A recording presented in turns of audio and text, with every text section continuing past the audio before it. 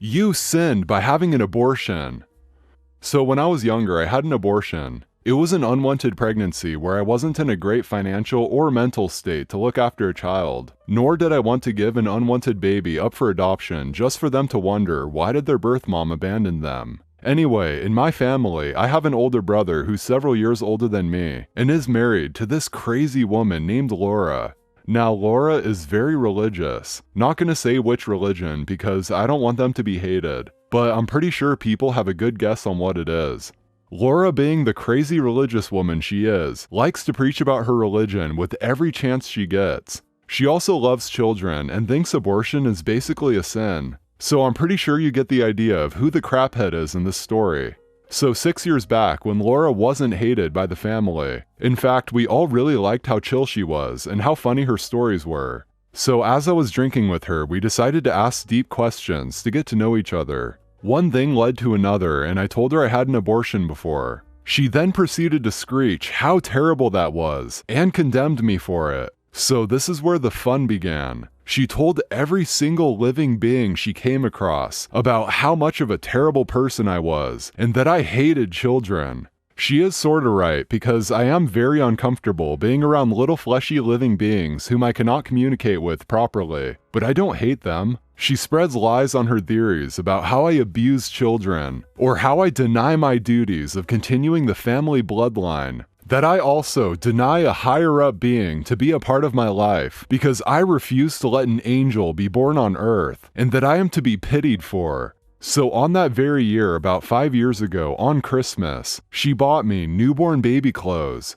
In my family, we don't label who the gifts are from, we just write who it's for. So Laura thought she could get away with it since she didn't write her name on it. We all knew. Everyone knew. Even my unborn nephew from my other sister-in-law knew. Also because when I opened the gift, she was the only one who exclaimed how much of a great present that was, and that it might be a sign and a great blessing for my family. Everyone else was dead silent and uncomfortable. I've been ignoring her for the past 5 years, since I don't interact with her much, only on special occasions. But I know of every single thing she has said about me behind my back, mainly because she said them to my family, thinking they won't say anything to me. For my birthdays, she would always try to get her way in and give me uncomfortable baby presents. Or when someone in the family has a kid, she'll make comments to me, how potentially it could be me one day in that position, and I will appreciate my life even more as a mother. She even claimed that she prays for me every day to one day open up my eyes and repent for the huge sin I have committed, and to make up for it by having plenty of angels. When I tell her to stop forcing her ideal happiness onto me, she would cry that I'm a poor, unfortunate soul who doesn't understand anything. Also, one time I did snap at her because of how annoyed I was with her, and she cried to everyone about how much of a terrible person I was, but it didn't really work out since everyone knew what she was doing. This year, for Christmas, guess what I got? I got a children's book that helps 5-year-olds, multiple of them. The thing is, I got a bit petty with Laura because of how much crap she's been throwing at me for the past 5 years. So I became a tiny tad bit petty and gave her something special for Christmas. The thing is, Laura is infertile. She and my older brother can't have kids, which caused Laura to become pretty depressed about. So for Christmas, I gave her a special gift. I gave back all the presents she's given me for the past 5 years, all the baby clothes, toys, books, and motherhood crap. I gave it all back with a little card. It was a generic picture of a happy mother with her newborn, and it said, "This will be you one day." She then proceeded to break down and cry about how terrible I am. She's right, I am. After Christmas, she would tag and comment about me on Facebook, about how I should repent for my sinful ways. So far, I've been enjoying her reaction. I'm just waiting for next year's Christmas because it's gonna be a blast once she finds out how gay as hell I am when I bring my girlfriend over. My entitled boss almost killed me and got himself arrested and fired. I'm allergic to hand sanitizer, alcohol wipes, and generally anything that has alcohol-based products. I even bring my own soap because I can even have a reaction to some soap. I can't even drink alcohol without my lips swelling. My old boss was my cousin, so when COVID hit, I didn't really have a problem, until my cousin got promoted and got transferred to a new office. Enter our new boss. We got a mass email going over our new COVID safety procedures, and one of the new procedures is that we all have to use hand sanitizer and antiseptic wipes. I sent an email to HR telling them about my allergies with medical documents. They sent back saying that I don't have to use hand sanitizer and antiseptic wipes, and that they put it in my file. However, when sent the exact email to my new boss, he replied saying that all employees have to follow the new COVID safety procedures, no exceptions. When I replied that if I use those products, I will need medical assistance, he then sent me another email saying that if any employee doesn't follow the new COVID safety procedures correctly, that they would be fired. I sent copies of the emails to our union rep and HR department, to which they replied that they would talk to him, and kinda told me to ignore him unless he tries to actually fire me. So I go into work, and my new boss is literally waiting for me at my desk with a bottle of hand sanitizer in his hands, asking me to hold out my hands. I did reply saying, no thanks, I'd rather not go to the hospital today. He got mad and literally grabbed my hand and squirted hand sanitizer on it, then rubbed it in. He said, "See, that wasn't so bad." I tried to go to the bathroom to wash it off, but he blocked me.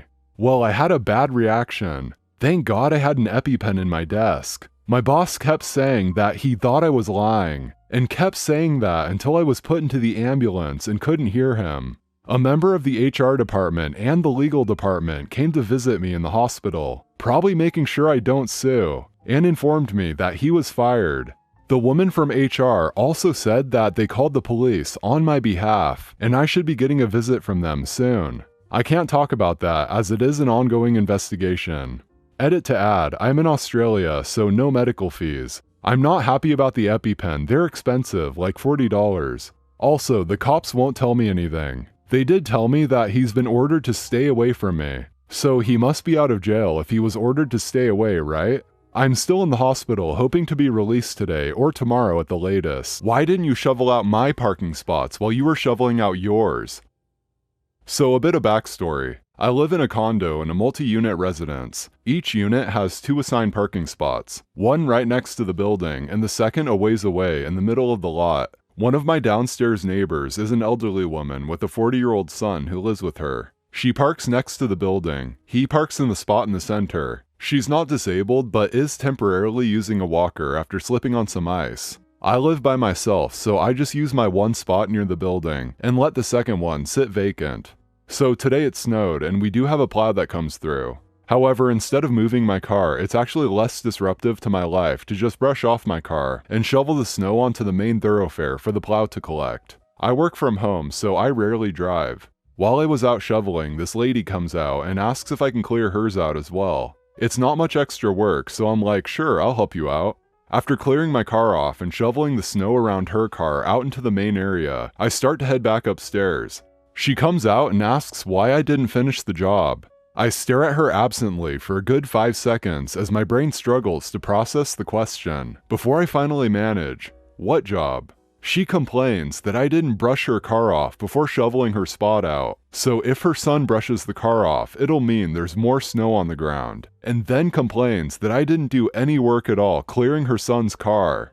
And to recap, yes, she said her son brushes the car off. At no point did she indicate she would do any work of any sort, only that her son would. Again, I understand she slipped on some ice, so maybe her butt was sore, but she wasn't disabled, and her son was perfectly capable himself. I know he has a job and drives and such, so why is any of this my concern? I lean on the shovel and stare at her for about 10 seconds, before she grows uncomfortable and asks, "Why are you staring like that?" So I say, "I live alone, own one car, shoveled myself out, and out of the kindness of my heart cleared out your car so you can get in. You live with an adult son who owns his own vehicle, is perfectly capable of shoveling both himself and you out, and you're complaining that I didn't do all the work despite having zero stake in your situation, and you don't understand why I might be absolutely gobsmacked by all this."